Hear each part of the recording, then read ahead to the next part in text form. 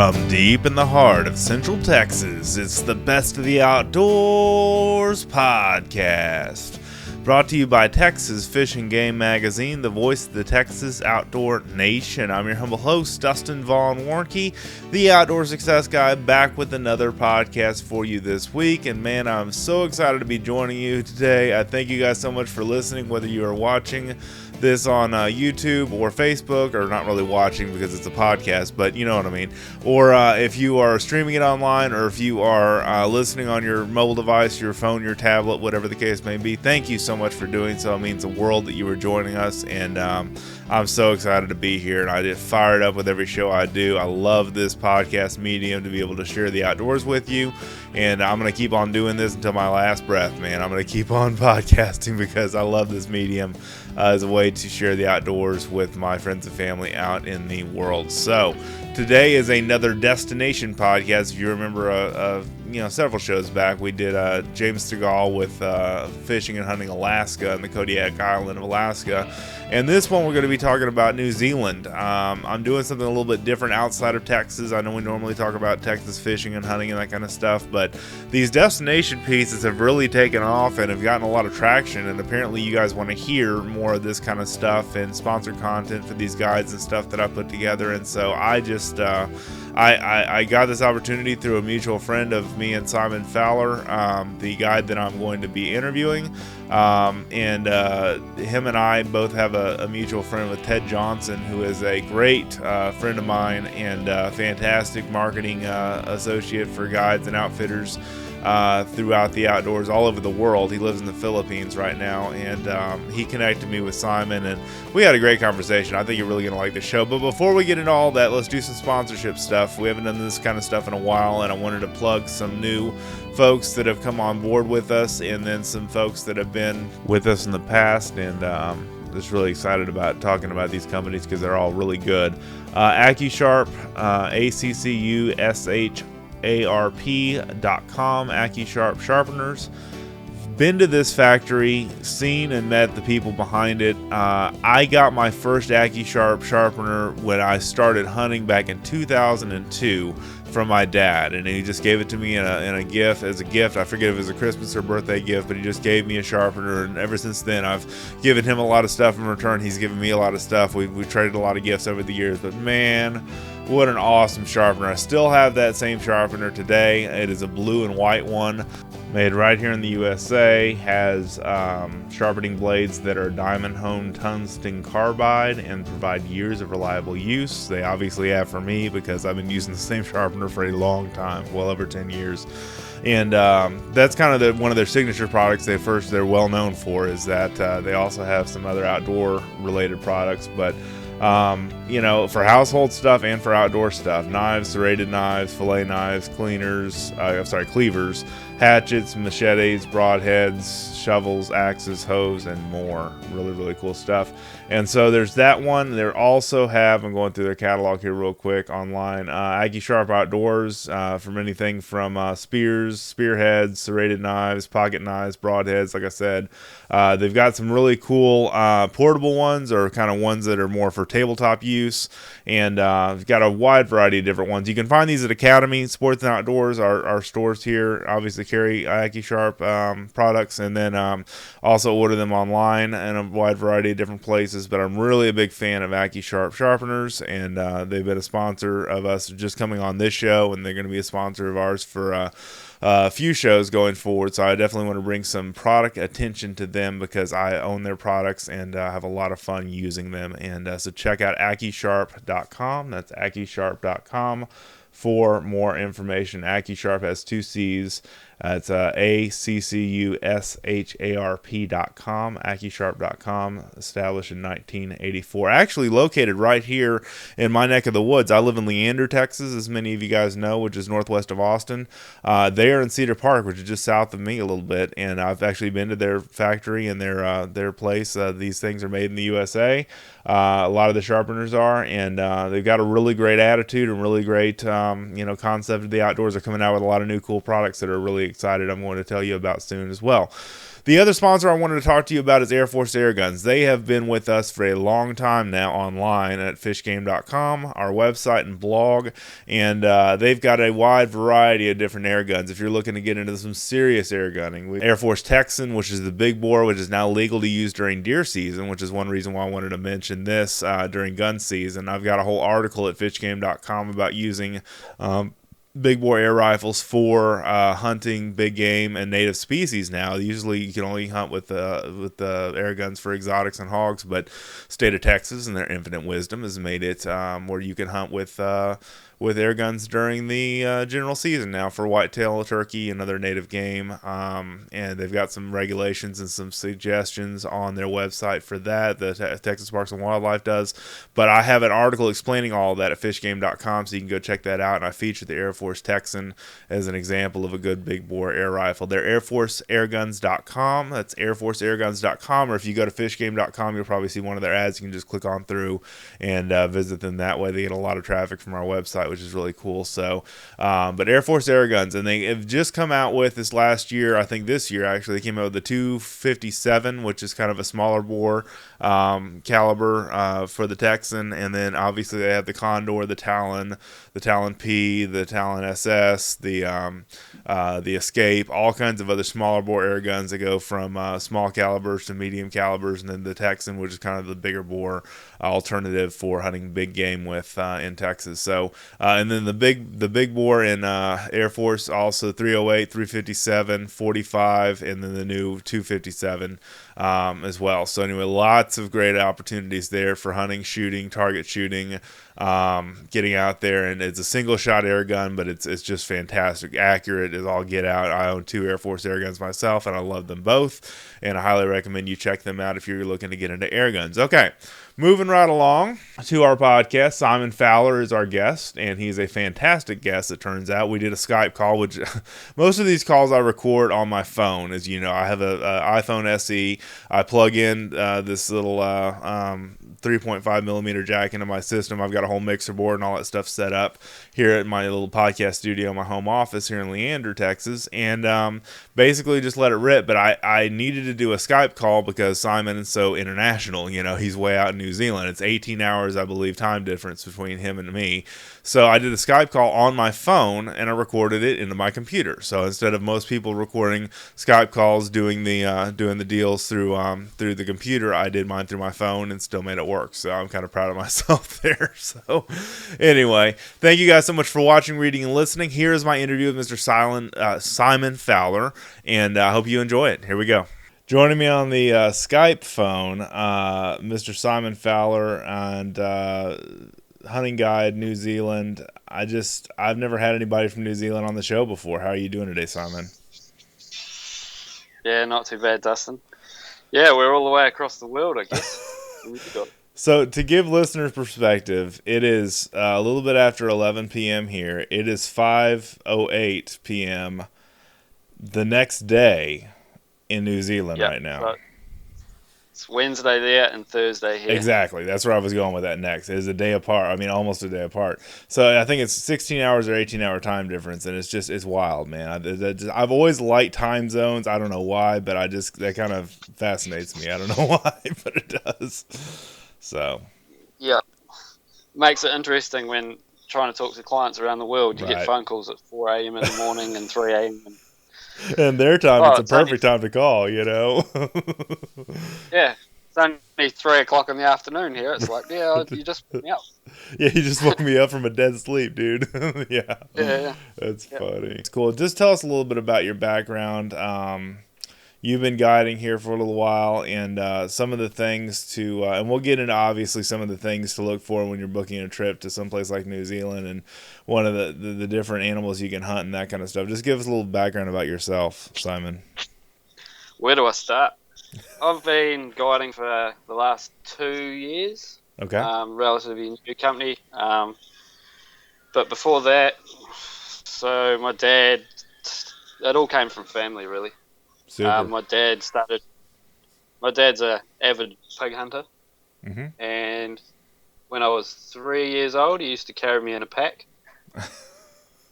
just a normal hunting pack. That's great. And hunt with dogs, and when the dogs got on a pig, he'd get close to the pig and hang me in a tree next to where the pigs were and go about his business. But most of the time I'd climb out of the pack and end up standing right next to him. Wow, that's a great story, man. Yeah, so that's how it all started. And then, yeah, sort of as I got older, I guess hunting was sort of part of my life, and it still is. Mm-hmm. Moved on to bigger animals and different techniques, and I guess it was probably 10 years ago. Hunting's really my major passion, and sort of went, well, I want to make this my career and my business. Cool. And then sort of started taking the steps to becoming a hunting guide here in New Zealand, and so now I'm fully registered New Zealand professional hunting guide with the Guides Association. Super. Yeah, and I've got all my own health and safety policy, everything I need to be able to guide people all around New Zealand for the animals of their dreams, really. No, that's fantastic. And there are a couple of outfitters that I work with here that have New Zealand trips and that kind of stuff, so I know a little bit about it, but it's still kind of a world away from me because we have so many different what we consider exotics here in Texas. And to give you some perspective, Simon, I didn't talk to you about this, I should say, before we started recording, but basically I sell and trade. I'm kind of a day trader of livestock, exotic livestock, hoof stock. And I just sold a trailer full of red stags today for $8,000 to a ranch. So that's just one example of one of the deals that I do when we day trade exotics here. But the stags y'all have in New Zealand are just a world away from some of the stuff we have here in Texas. We have some whoppers here, but you guys have some that are just absolutely phenomenally huge. Yeah, no, there's... So I think in the record books at the moment, SCI record books, New Zealand's got most of the top 10. Yeah, I figured. Now I've not looked at that in a while, but I think you're right about that for sure. Yeah, I haven't looked for a little while, but I'm pretty sure for estate stags, which are the high fence ones, we've got most of the top 10, and free range, we've got quite a few and up there as well. Sure. I don't know. I guess it's just the environment, the minerals in the ground. The breeding stock that was bought here early on. So that breeding stock in New Zealand came from England and Scotland. Yeah, I was going to ask you that next. Late 1800s, early 1900s. Mm-hmm. And like the Woburns out of that sort of breed. Mm-hmm. And yeah, they just took off. And I don't know, I guess just the environment they were in, and it was perfect for them. No, that's good to know. And the thing that's interesting about that is that technically they're not native to New Zealand, but they just like in Texas, they expounded well. They expanded and grew and multiplied, and the antler growth was there, and the genetics were there, and the stock was good, and it basically just turned into a great opportunity for the commerce of New Zealand because of the hunting opportunities, right? Yeah, like as you said, they've just taken off. Numbers and trophy quality here in New Zealand, there's nothing like it anywhere in the world for red stags.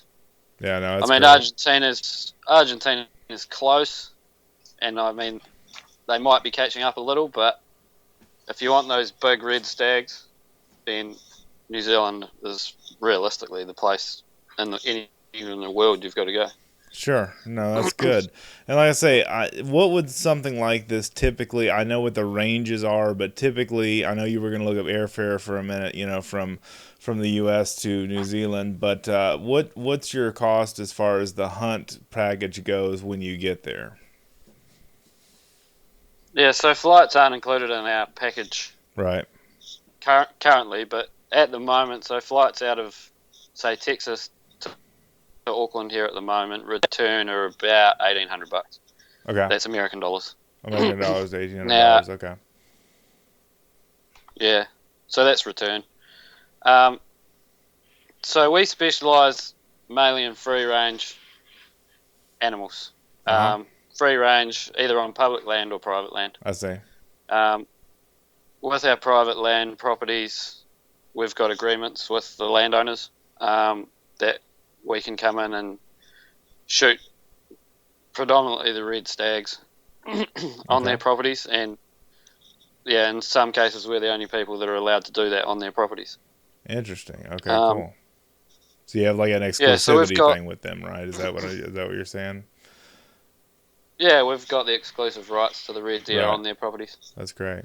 Yeah, we've got in excess of 60,000 acres of private free-range red stag land. Yeah, so like a red stag, so we have 2 categories for our red stags for free range. So we have up to 12 points, which is $4,800 US. That's 5 days, 5 nights, pretty much everything included. Okay, that's what apart was from my next question. And your exporting costs and everything. That includes all their food and everything. They've just got to get to the local or the closest domestic airport, and we're into it. Everything while on the trip's paid for, and I see. Okay, we're there to provide them with a good time. So that's lodging, that's meals, that's kind of an all-inclusive package aside from the flight and getting there. And once you get there, it's kind of all-inclusive, and that includes a stag, of a high caliber, 6x6. Am I saying that right? Yeah, that's up to a 6x6. Up to 6x6, 12 that. Okay. And sort of a 4x4, so an 8-pointer up to a 12-pointer. Okay. So those high sort of 12-point animals, they could be anywhere up to 300 inches. Right. 300 S. Right. That's a massive stag for sure. Yeah. And then we have another category which is 13 to 17 points. Yes. And that's still 5 days, 5 nights. That's 7,850 American dollars. That's still not that bad though, man. I mean, I was thinking, and some of the stuff you shoot in some parts of the world is $10,000 for a trophy animal of that kind of caliber. Yeah. I mean, we try and keep it realistic. I think that's good. Yeah, like those stags in that 13 to 17 point range, most of those stags are going to be in the top 50 SCI for free range. Oh wow, that's incredible. We took 2 stags this year, which will be in the top 50. We're still waiting for them to be measured, but I've run a tape over them. They'll go in the top 50 definitely. For the year, then, in that case, or the top 50 of all time? Top 50 of all time. Oh wow, that's incredible, Simon. Wow. That's South Pacific, so that's Australia, New Zealand. Right. Okay. Right. I get you. No, that's fantastic, though, man. And then anything 18 and over is price on viewing, because realistically those stags are going to be in the top 10. And right. Yeah. Those are kind of like your unicorn stags, I guess is the best way to say that, right? Yeah, I mean, there might not be many out there, but yeah, that's what I mean. But they're out there. If we do see them, it's price on viewing. You never know year from year. Like this year, we put a stag in front of a client we put it in front of him at 50 yards, and then that stag was 22 points. God, that's a hoss, man. Yeah, he was huge, and he's free range. Wow. Yeah, like that stag would have, I won't say would have, but could have possibly taken that number 1 spot. Oh, goodness. Did he pass on it, or did he take it? I guess he passed on it from what you're saying, right? He passed on it at the time, and then that evening decided he wanted to take it. Mm-hmm. We spent the next 6 days trying to find that stag. Oh, my gosh. What a story. Obviously, because it's free range, yeah, nothing's guaranteed. They could cross the fence to the next property. Yeah, that's true. But yeah, like I've got a stag on my wall at home that was actually killed by another deer. We think it was killed by a spiker. Mm-hmm. And that stag is 350.5 inches. Golly. So he's a big 17. Wow. And at the moment, I think the South Pacific free range record is 351.5 inches. So he's an inch short. Oh my goodness. So size does matter, you know. I mean, obviously in trophy hunting it Yeah. does, but that's amazing. And you know, it's not just But all about. Oh, go ahead. I'm sorry, Simon. Finish your thought. yeah, obviously that stag can't be measured. He's been killed by another stag. He's on the ground. So it's just something to show our clients, Oh, for sure. But the possibilities that are out have on the there. wall and sort of go, well, this is sort of the possibility of what's Yeah, out there. exactly. That's what I was saying. Yeah. Yeah, that's great. Yeah. No, I just the other thing that captures my attention about New Zealand is the breathtaking views, the scenery, the people, the lifestyle. I mean, you guys have so much. It's another world away from anything that exists in America. It's like a little piece of paradise, I guess, is the best way to say it. Wouldn't you agree? Yeah, definitely. Like the scenery here in New Zealand's just, we take it for granted. I'm sure you do. Um, Yeah, like I used to do a bit of kayaking guiding and things like that, and it wasn't until I started doing that and dealing with overseas clients how much we do take our scenery for granted here in New Zealand. hmm Just yeah, and it's made me step back and sort of go like taking the little things, take a look sure. around, and you can't do what we do here in New Zealand pretty much anywhere else in the world. Oh, I agree. Yeah, it's a very special And this, place. yeah, a lot of it's just so untouched. Not Some of the bigger managed. farms that we do hunt, Right. uh, they run stock on some of the farms, but some of the farms, there's over half of the farm that it's not economical for them to run stock on. In those areas, no one goes near them. I see. That makes sense. Yeah, and we take a client or clients in there, and we're going into areas that we're the only ones in there, and we know we're the only ones in there, and no one's going to turn up like some of the public land hunts that here in New Zealand. You never know who's going to be there because anyone can go on public land here in New Zealand. Right. Yeah, I mean, there's a lot of guys here come to do self-guided hunts, and I mean, they come here, they do their research, but for what it costs them to come here and stuff, the extra cost for a guide, they might come here 3 times unguided, where they could have come once with a guide and achieved their goals, if you know what I'm saying. Sure, I know exactly what you're saying. Yeah, so having a guide makes all the difference a lot of times, and that's the way it is hunting anywhere, really. I mean, have somebody that knows the area, knows where the animals are, and that kind of stuff is a good investment. I think is the best way to put it. Yeah, I mean, this last season I spent a month before any of my clients arrived just out scouting, really, Sure. finding out where those animals are living, and yeah, it's a different world out here, really. I know that's the amazing part about it.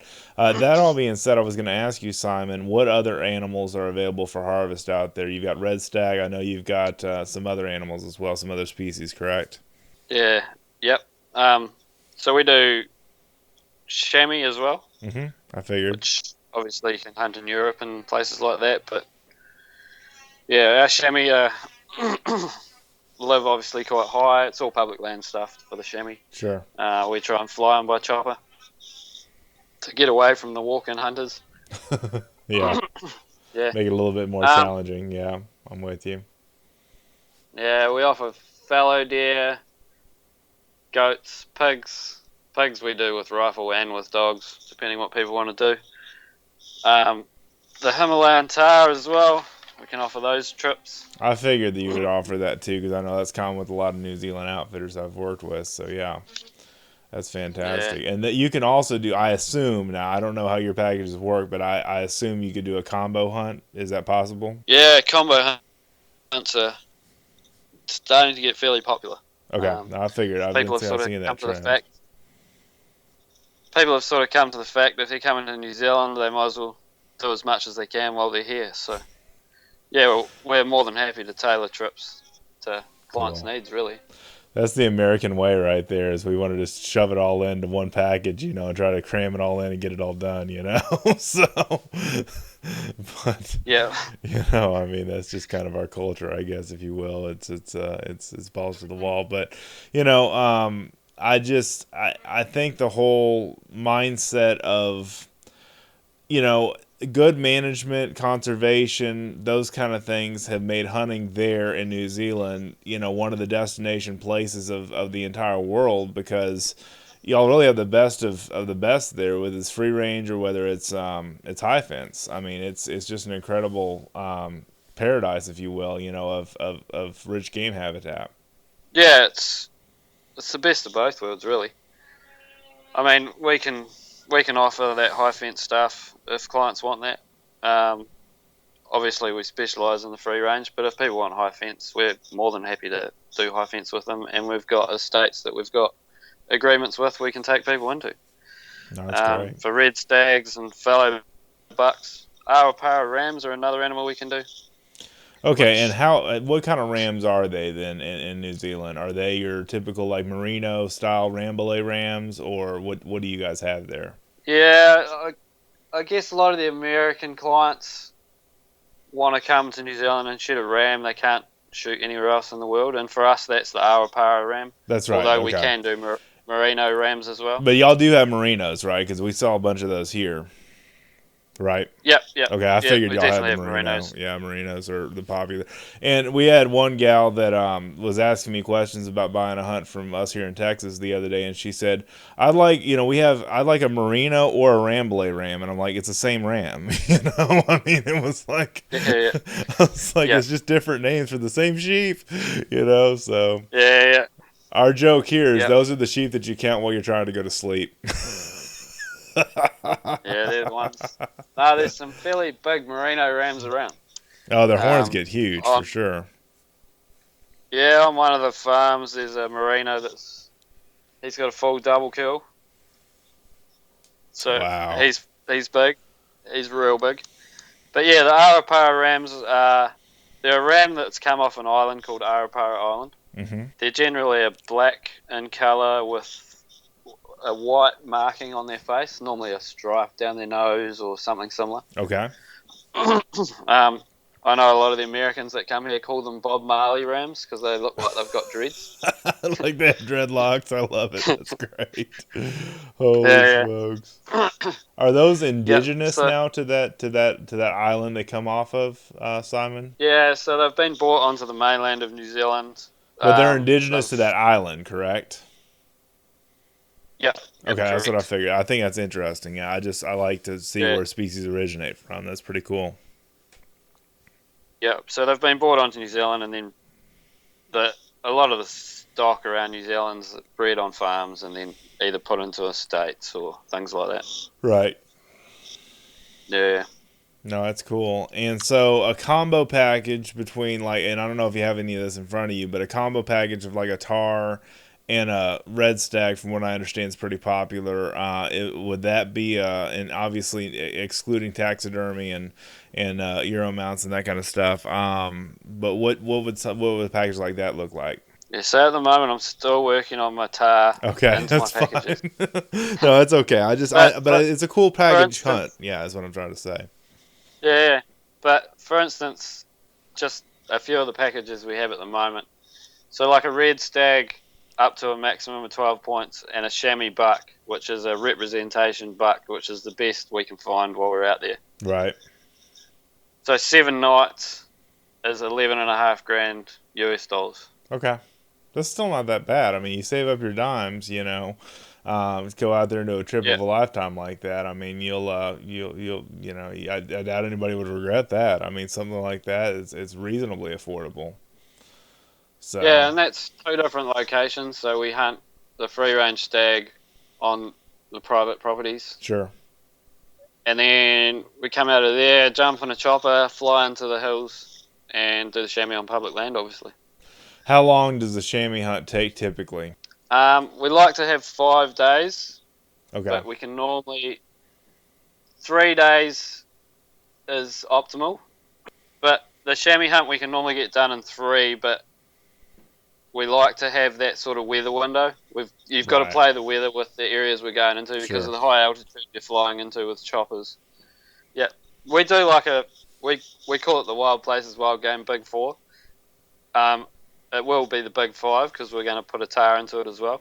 Ooh. But we do a red stag up to 12 points, a chamois buck, which is the best we can find while we're out there. But we do a red stag up to 12 points, a chamois buck, and then we come out of there, jump on a chopper, fly into the hills, and do the chamois on public land, obviously. Ooh. But we do a red stag up to 12 points, a chamois buck, a wild boar with dogs, or without, if they want to do it without, and a fallow buck in a state, a silver medal fallow buck.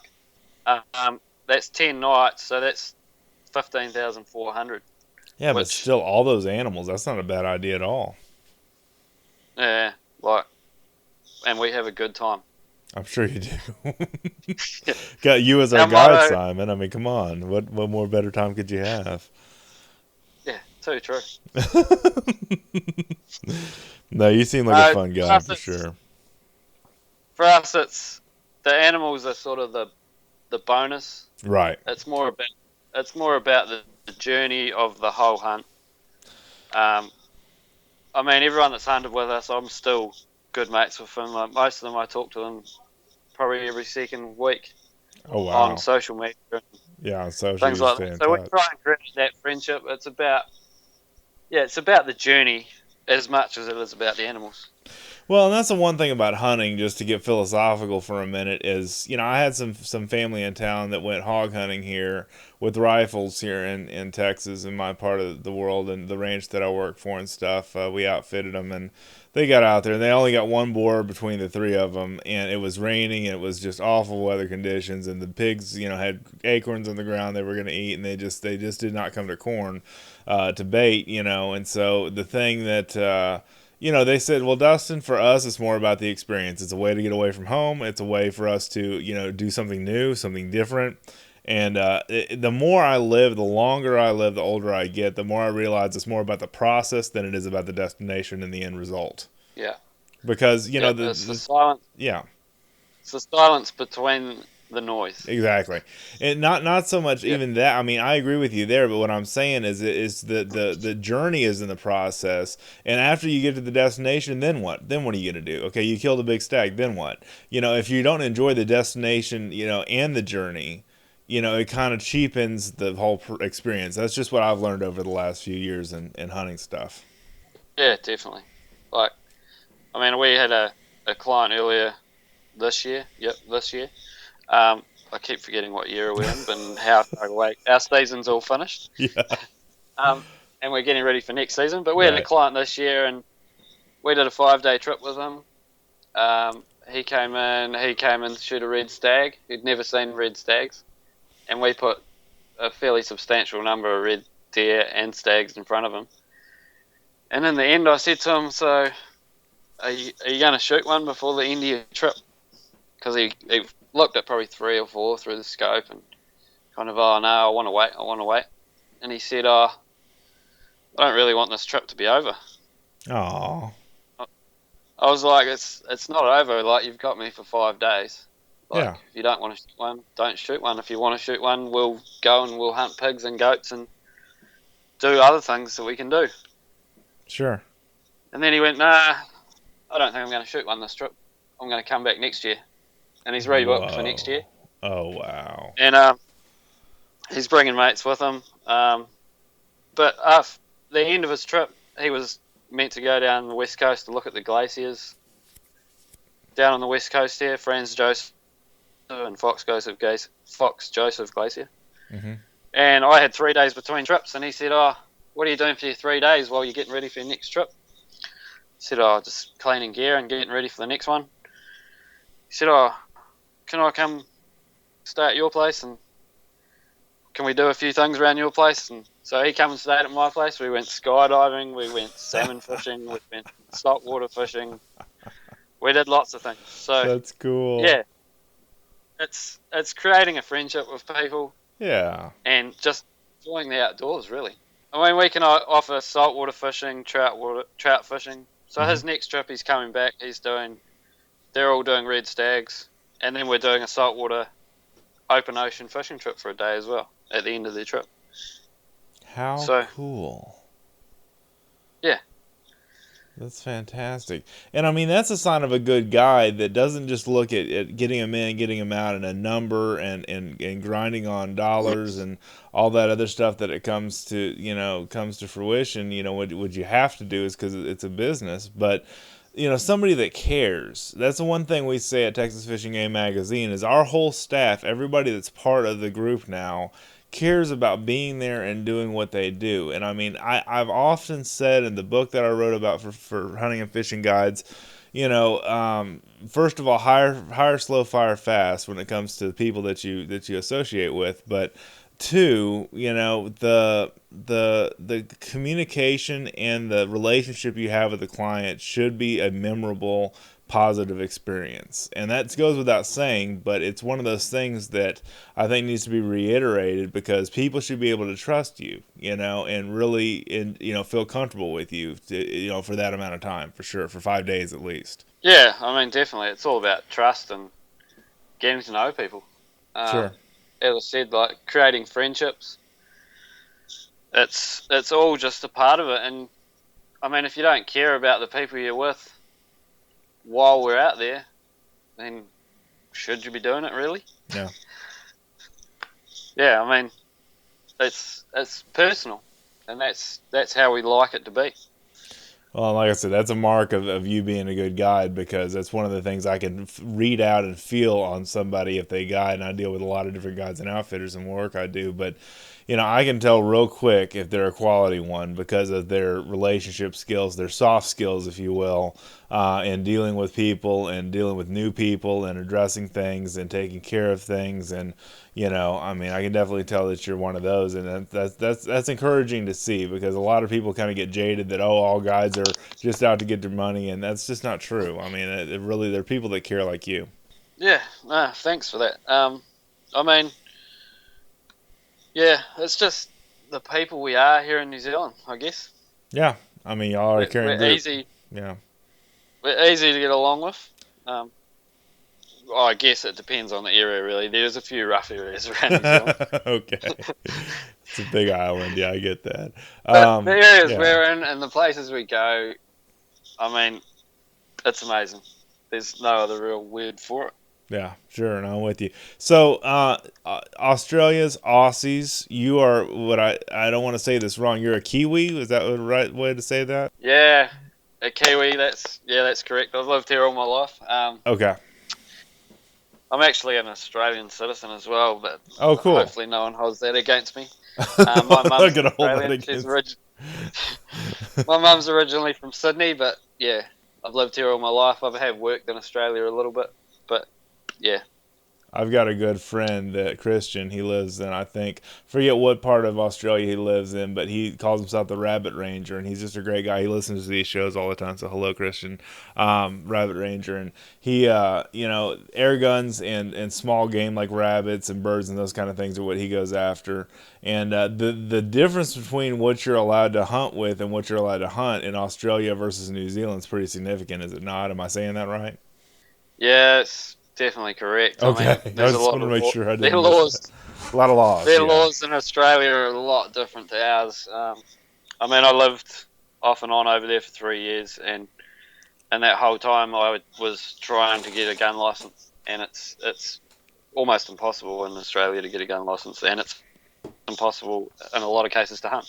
There are areas you can hunt over there legally, but there's a lot of rigmarole or rules and red tape or whatever, to get hunting permissions. Goodness. So yeah, it's a lot different to us. Yeah, obviously their water buffalo over there's a big draw card for a lot of people. Yeah. And we're sort of looking at including that possibly some of our packages in the future and working towards that. Do most people, I don't know this, so I'm just going to ask you, do most people bring their own rifles of their choosing with their own scope and everything outfitted on it to New Zealand, or do they borrow yours or rent yours, or how does that work? A small minority, I guess, do. It's not hard to bring a rifle into New Zealand. Okay, that's good to know. As long as you've got a gun license in the country you're from. And it's a matter of planning ahead, really. Sure. So there's a website you can go on, the New Zealand Police website, where you can apply for an international gun license. Oh, okay, I see. They recommend doing that a month before actually coming here. Right, to give it enough time to process and everything. Okay. Yeah, it's a small fee. I think it's $25 currently. Okay. To get that license. And then when you bring your gun into New Zealand, they just want to know where it's being kept. So if you're hunting with an outfitter, then you'll give them their address. Okay. To of where that rifle's going to be stored. Sure. Yeah, it's not that big a process. But yeah, we have rifles and everything that people need if they don't want to bring their own. And I mean, that's part of their package. We don't charge extra for that. The only thing we really charge extra for is ammunition in some cases, depending how much target shooting we're doing, but a lot of cases we don't. And favorite calibers for red stag and other game species for that? Yeah, so I guess we're a little different to you. You guys are into your 300s and 308s and that sort of thing over there. Some of us are, okay. Watch it there. I'm just kidding. No, yeah, we like our big heavy magnums, that's for sure here. Yeah, a lot of us do. Yeah. So, like, I'd recommend something over that 7mm caliber. Okay. So my main guide gun is a 6.5 by 55. Okay. Swedish Mauser, right? Swedish Mauser round? Yeah, it's a Swedish Mauser round. round. I know my guns. At least some Americans do. But yeah, that's cool. That's a great round. Flat shooting and... Yeah, I've just shot with that caliber for so long that it's a caliber I trust. We shoot dial-up scopes as well, so when our clients are getting ready to shoot animals, we range, dial up, and they just hold where they've got to hold and pull the trigger, really. That's really good. So y'all do that as part of your guiding. That's great. So that way there's not a lot of guessing work in there. Yeah, we try and take the guesswork out of it. I mean, a lot of people haven't been in front of big animals, and I mean, yeah, like you put a big animal in front of someone, and you never know what they're going to do. So we try and take as much as the guesswork, the rifle, yeah, right, guesswork out of it, and it's up to them at the end of the day whether they can hold steady or shake like a leaf. That is up to them, I assume. Yes. So yeah. No, that's anything bigger caliber than that. We're looking at getting another 300 caliber, probably a Win Mag, just for those bigger animals and people that want to shoot that caliber if they're not bringing their own rifles. I mean, we shoot suppressed rifles with bipods, and they're quite minimal amount of shock that we can possibly get through the caliber that we're shooting. Sure, that's good. And then for guns like your 6.5 by 55 Swede, is that a Mauser that's been adapted as a sporterized hunting rifle, or is that like a custom rifle that's built with that caliber as its caliber? So it's a custom Browning. Okay. Yeah, and it's that's all suppressed and lightened and everything we thought it needed to be the ultimate guide gun, really. So it's a guide gun. It's built as a guide gun. The reason why is I've got this offer from a guy that I bought a lot of CNR, is what we call it here, Curion Relic firearms from. He's a CNR dealer, and he's kind of cutting down his collection, and he offered me a 6.5 Swede. I forget if it's it's a Swedish Mauser. I think it's an M38 or an M38 or a M96 or something like that. It doesn't matter, but it's a carbine and a rifle version, longer rifle version of the Swede Mauser. And the accuracy on that caliber. I mean, that's one reason why the 6.5 Creedmoor is such a big hit here in the States, because it shoots flat. It shoots far, and it knocks stuff down. And I know the 6.5 Swede is really very similar in a lot of ways. Yeah, it's an amazing caliber, really. Yeah. It's just, I think, from memory, some of the research I did when I bought mine a few years ago was it's one of the flattest shooting projectiles that you can get in any rifle. That's what I figured. I've not done that much research. I'm thinking of buying one of his guns is what I'm saying. Is that you're turning me on to this caliber, okay? So that's what I'm saying. So yeah, I mean out to 500 yards, they've still got that energy. Right. With especially the projectile we're shooting, you've still got that energy. Right. To knock down a reasonably sized animal.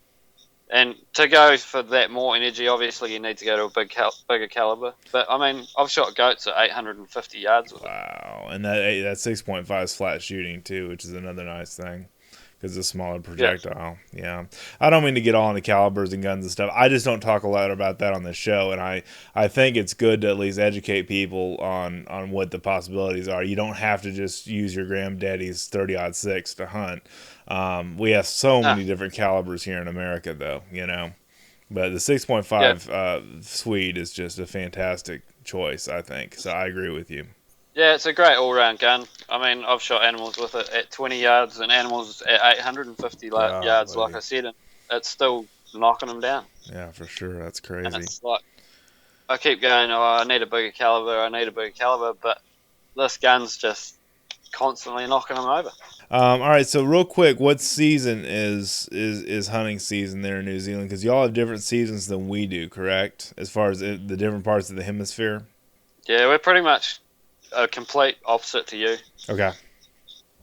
So our guiding season, the red stag roar, you guys probably call it the rut. Yes. Generally, because it's temperatures, it's all sorts of different things come into when it actually begins. When the hind or does come on heat and all sorts of different things come into it. Mm-hmm. But generally around that 1st of March is sort of when things start kicking off. Oh, okay.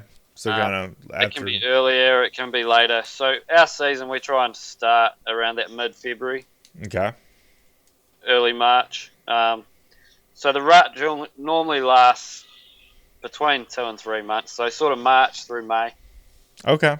So there's a lot of hunting that happens in between those months. Yeah. Yeah, and the stags start stripping their velvet sort of mid to late January. So sort of February through July is when the red stags are in hard antler. Okay. And they sort of drop around mid-August. They start dropping their hard antler. Sure, I understand that. Yeah. Yeah, go ahead. I'm sorry. Keep going. Fallow deer pretty much run on from them. Their rut sort of overlaps. Okay. Quite often they happen at the same time. But generally the same sort of season for the fallow deer as well.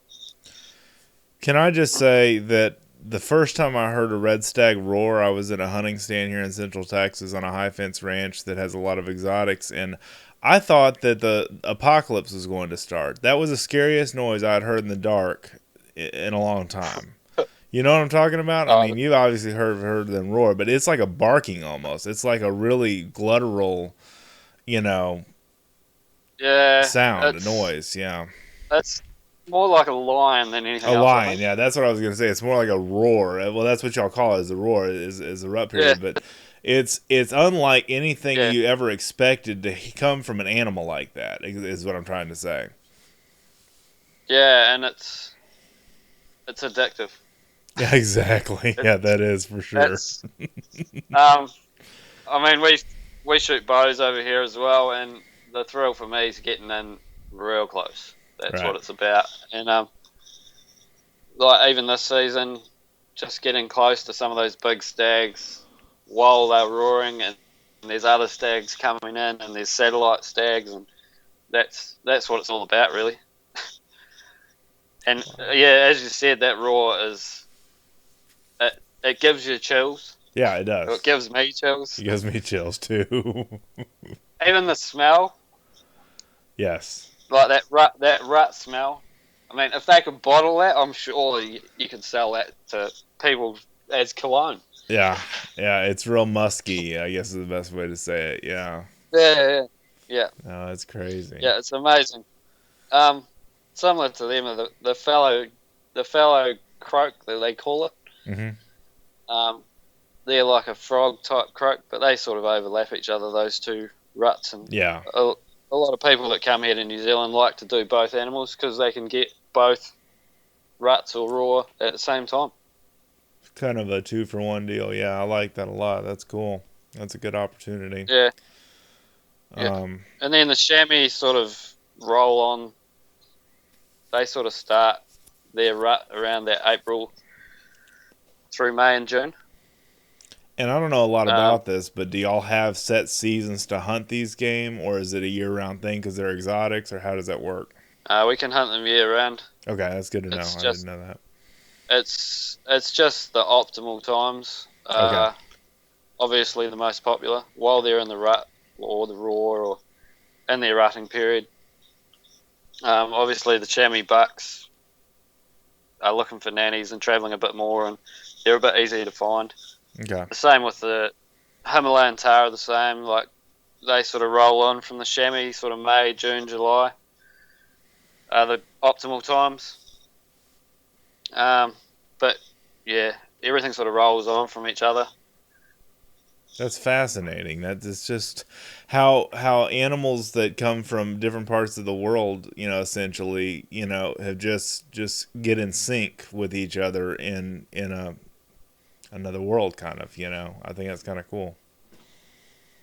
Yeah, the only real season we have is our waterfowl season, so ducks, Ducks, okay. um, ducks, pheasants, quails, and that's May, beginning of May till end of July. If you had to And say, that's, oh god, I'm sorry. no, carry on. I was just gonna say, if you had to say, as far as how many people bow hunt versus rifle hunt, I assume a majority of them rifle hunt. But how many bow hunt? What would you say as a percentage? Probably at the moment here in New Zealand, probably 10 to 20% would be bow hunters, Oh, really? Okay, good. That many. Okay. but that's obviously rising.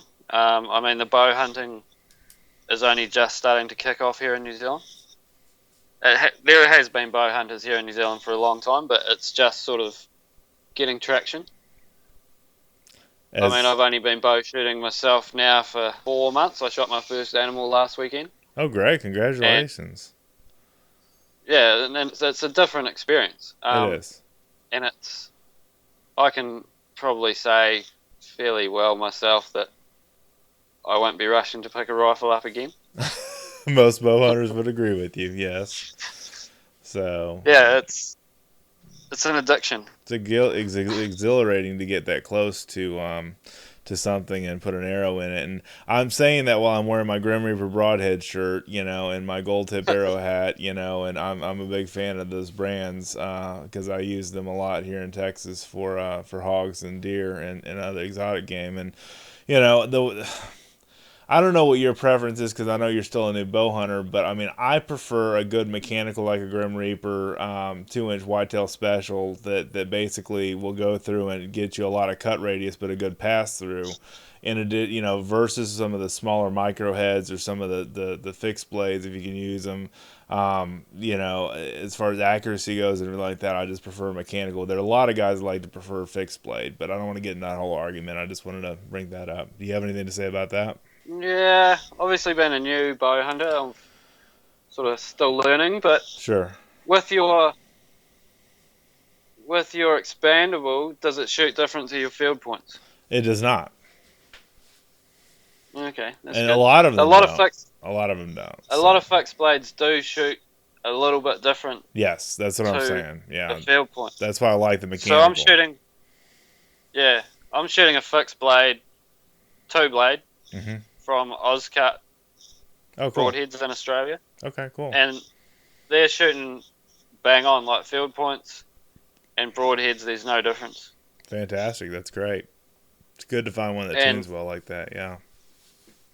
Yeah, and it's from what I've done with it so far. It's a great broadhead. Like I shot my first animal at 5 yards, and straight passed through. The animal didn't even know it was hit. It turned, walked away, and sat down 20 yards away and died. Fell over, yeah, and that was it. Wow. Yeah. What did you shoot? I mean, it's doing what I need it to do. Right. No, I understand that. What did you shoot? What animal did you take with it? I shot a goat first. Okay, cool. Good. Yep. I'm hoping to shoot some.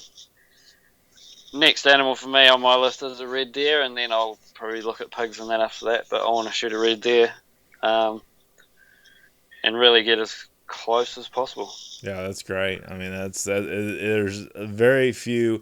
I mean, a lot of guys will say, if I'm going to go spend that much money on a red deer or a tahr hunt or a chamois hunt or whatever, I'm going to use a rifle because it's guaranteed, pretty guaranteed that I'm going to have a shot opportunity and I'm going to make it happen. But there's something that is just blood pumping about being that close to game that doesn't detect that you're there.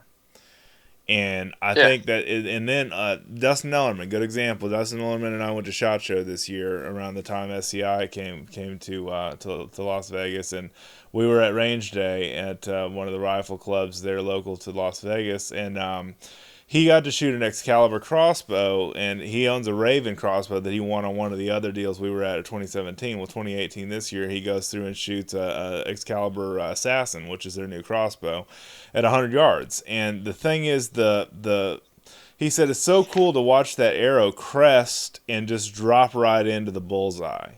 And I said, that's what Ted Nugent and the other guys here in America call the mystical flight of the arrow. And there's something that's just special about that in bow hunting world that I can't explain, but it's special is what I'm trying. And you understand that, right? Yeah, it's definitely a whole next level type of hunting, really, if you're into it. Right. Watching that arrow drop away and hit its target, it's exhilarating. And it's like you've accomplished what you want to accomplish. Yes. I mean, you shoot a bullet, you don't see it in its flight. Whereas with an arrow, especially getting out to those bigger distances, it's like, have I done everything I needed to do right? Right. Yep. No, and then it hits its mark, and it's like, yeah, it's thank God for that. Yeah, that's for sure. It's a good feeling. But no, bow hunting is great. I mean, I haven't talked about it a lot on the show here lately, and I just wanted to bring that up because there's something special about it. And it's more for the advanced hunter that's shot a lot of stuff with the rifle. And a lot of people have only picked up a bow their whole hunting career and have never messed with dealing with rifles, and that's all they prefer to do. But it's for some of us that have hunted for a while with a gun that have just put a gun down and basically go. And there's still some places here in Texas I can only gun hunt. I cannot bring a bow, and I'm kind of forced to do my video work around that. But I mean, man, it's just archery's hard to beat. So that's all I'm saying. Yeah, I mean, nothing against people who shoot with a rifle at all.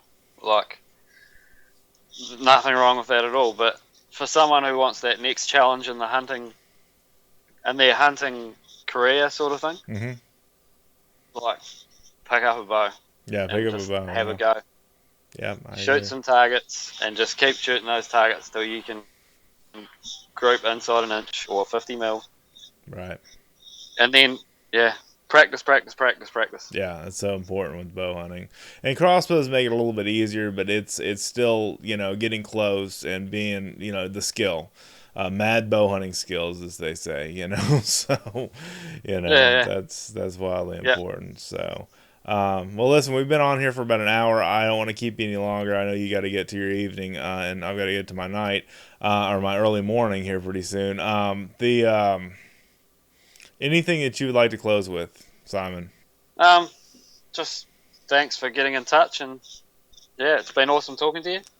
Sure. And just, if you come into New Zealand, want to hunt, give us a yell. It's all about the journey and adventure awaits, really. The best place to probably find us is, company's called wildplaceswildgame. We're on Instagram, Snapchat, Facebook, Google+, YouTube, and we also have a website. The website is wildplaceswildgame.com. Or flick me an email. I'm keen to talk. I like to get on the phone with people like we're doing now. Obviously. Get to know you like people. to talk, obviously. I'm just messing with you. That's a good thing. Get to know people and sort of, I like to tailor trips to what clients want rather than them just looking at the trip and going, well, that doesn't suit me. Right. You can customize. Yeah, right. Give me a call. My phone number's on the website. My email is on the website. But the email, if you just want to flick me an email, is wildplaceswildgame@gmail.com. Okay, super. And I'll put all that in the show notes. I just wanted to make sure I plugged you first before we left. Not a problem. That's super. Well, thanks so much for joining us, Simon. I appreciate you. Not a problem. Thanks for having me.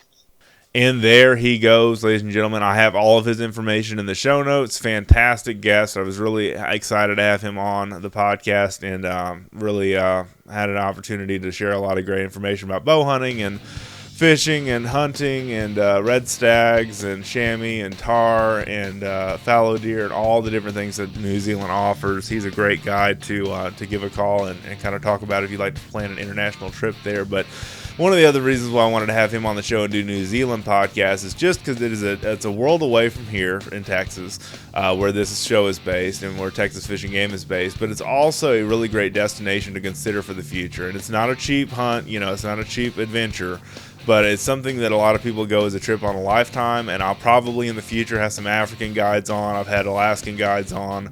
I'll have some other guides that kind of do these international things, because I just like to dream outside of our great state, even though we have so many great hunting and fishing opportunities here in America, and especially here in Texas. It's just great to kind of branch out and learn some more about what other people have in the world as well, and the world away from the world, New Zealand. But it's really cool. So if you've not done so already, please subscribe to our newsletters. They are free, come out every Tuesday, Wednesday, Thursday. You have Tactical and Practical Tuesday, Wildlife Wednesday, and the Thursday Texas State of the Outdoor Nation.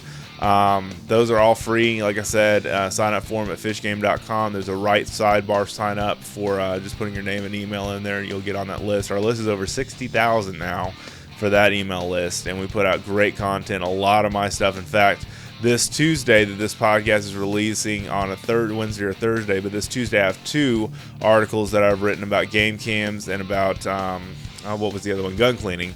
In the Tactical and Practical Tuesday. Both of those articles in the Tactical and Practical Tuesday newsletter were mine and on fishgame.com, so I was kind of stoked about that. I'm writing one right now on blood tracking and a flashlight that I used in the video I just did on my YouTube channel. If you've not done so already, I've got all my videos and all my links to all my articles and stuff like that at dustinsprojects.com. Look me up there, click on through Facebook, tell me that you're listening. I've had a couple of guys do that here recently, and it just makes my day. It makes my socks go up and down when you guys tell me that you like the show and that you're listening and that you appreciate the work that I put into this thing, because it is a lot of work. But I love bringing this to you. This is just cathartic, therapeutic for me to do this show and to basically just branch out and do some different stuff. So I really appreciate you guys tuning in. Thank you guys so much for watching, reading, and listening. Have an awesome day in the outdoors. We'll see you next time.